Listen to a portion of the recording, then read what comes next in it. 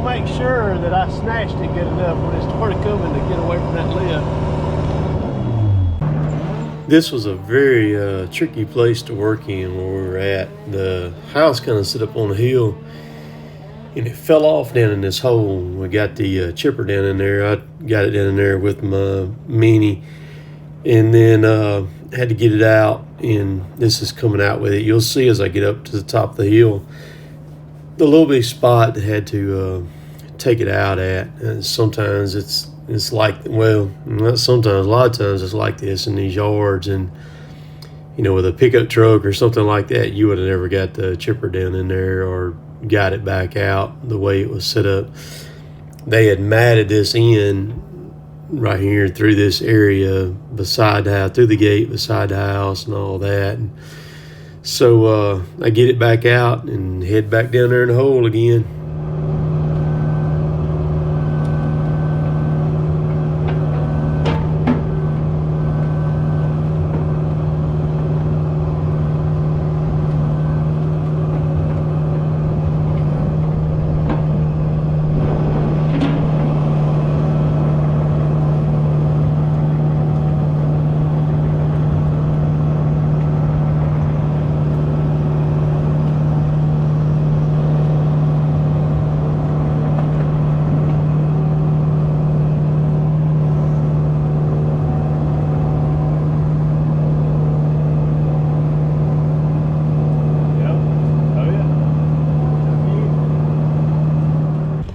Here I'm about to set the tension on the rope.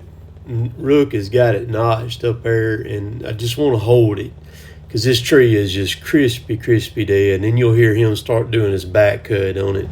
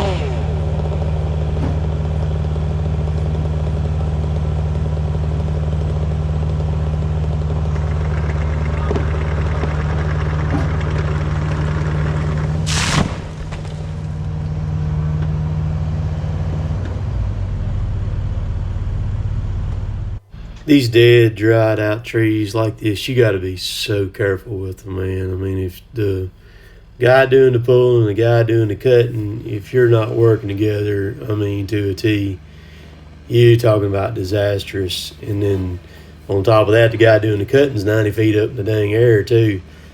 So just some tricky stuff. I mean, we were whacking these trees just one right after another, just cut one, get one done, bam, jump on another one, man. I'd tell Rook, I was like, you're good.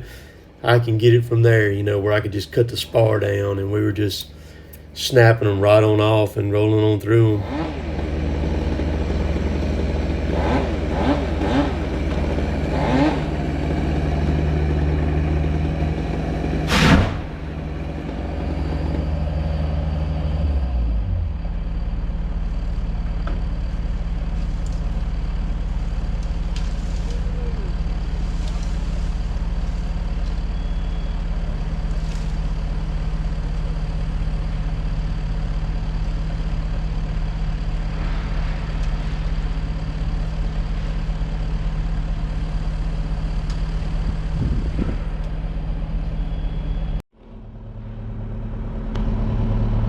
I'm ready.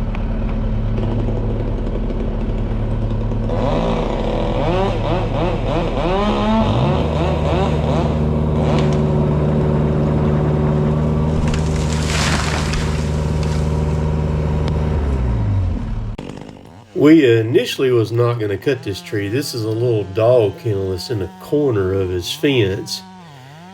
He told me, he said, I think I want to go ahead and cut it. And I said, all right. I said, that'll work. And he said, man, I don't care about the dog kennel. He said, just do whatever you want to do. I said, well, we'll try, see what we can do. I was going to try to. The angle where I was sitting, I'm actually standing on the track of my machine. I couldn't go straight back like toward me with the tree because of the other fence right there. So I figured, what the heck, we'll try it and see what it does. It ended up working out pretty good, a lot better than what I thought it would. So you'll see here in just a second.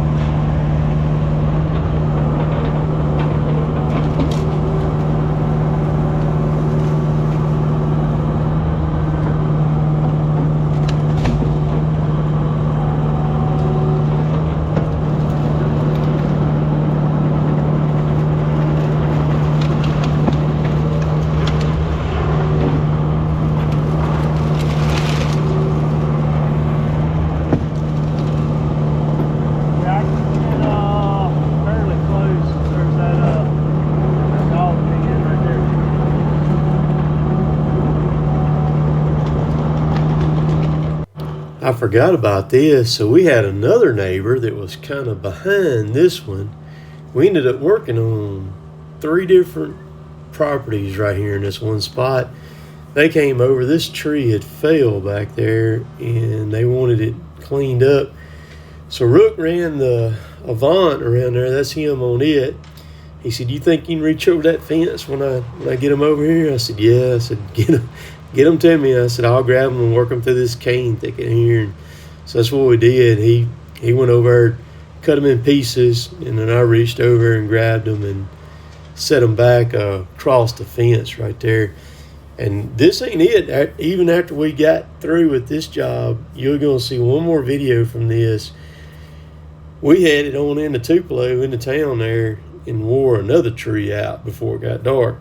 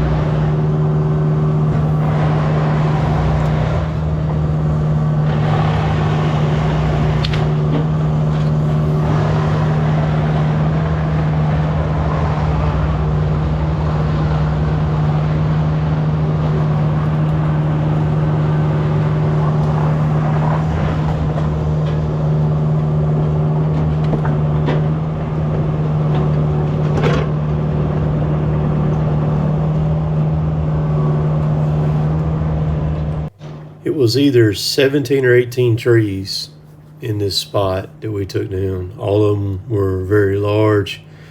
Quite a few of them were crispy. You can see the bark on the ground. Just a huge mess to deal with and clean up.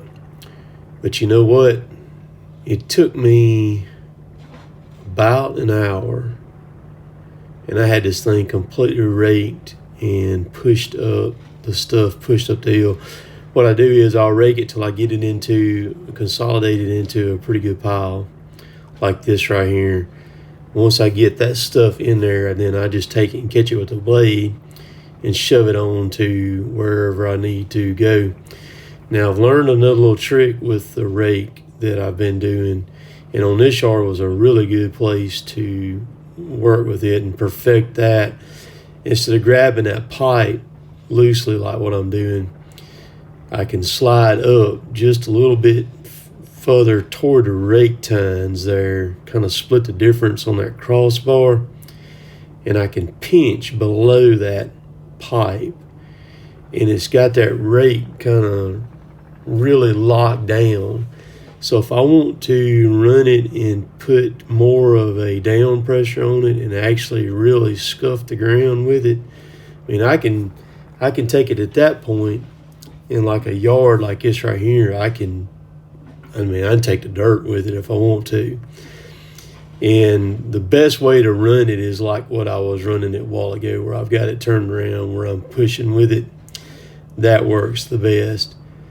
But you can literally take something that looks like a disaster zone, and in just a little bit, see, I think right here, yeah, I'm fixing to catch it with the blade.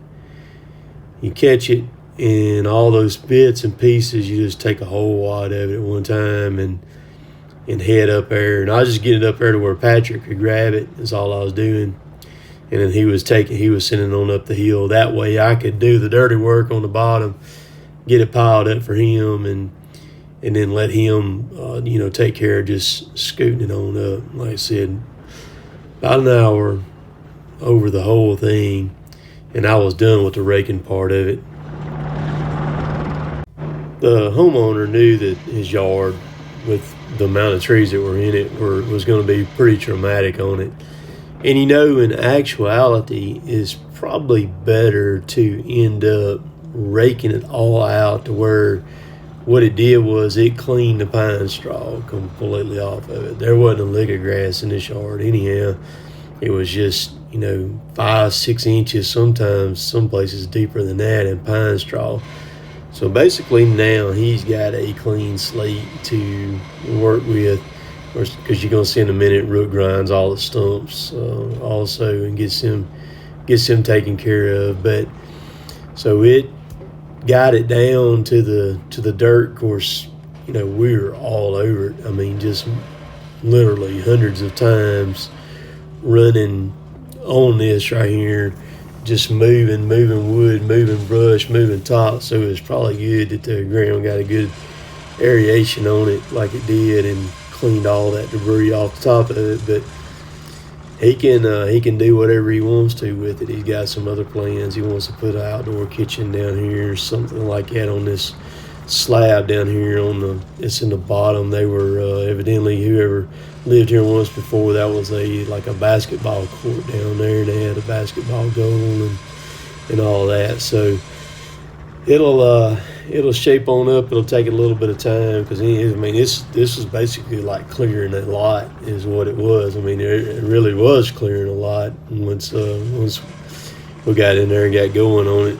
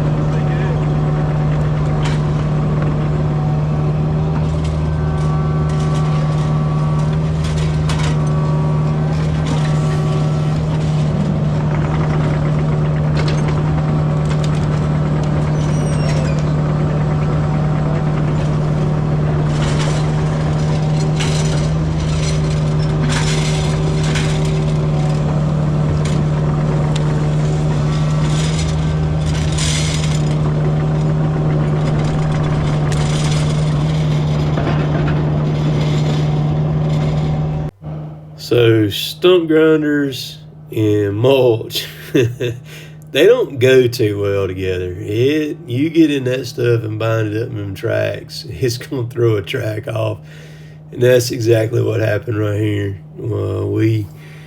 I picked it up to where we could get it situated, where we get this track back on this thing. That them big pine stumps like that, they make a lot of mulch. Just don't get under or anything. Yeah.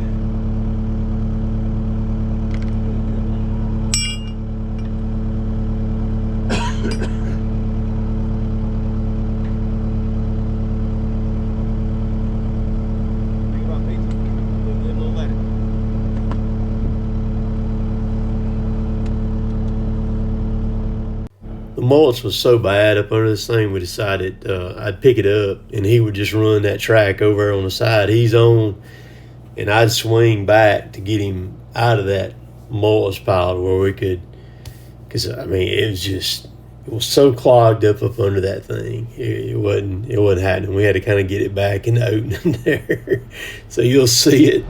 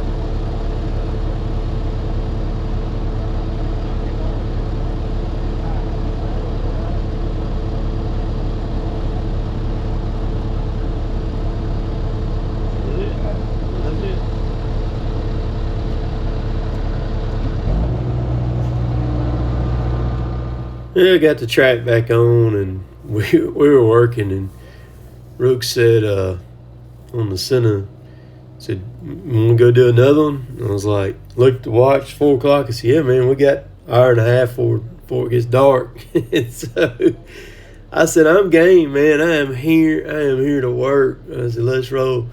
So he knocked the rest of these stumps out real quick. I spread the mulch, got that. I just kind of feathered everything in, packed it in, tracked it in, and all that. And dude, we loaded up. Like I said earlier, we headed right back to the heart of Tupelo, and you'll see that video. I may post it tomorrow. I may skip one day and then post it, but it was a humongous hackberry. We wasn't even on in an hour, like 40, 45 minutes. Done. So anyhow, I don't know how many trees we took down, 17 or 18 here in this yard, and then I think there were 4 in the other yard, and that one in the backyard of that other house over there.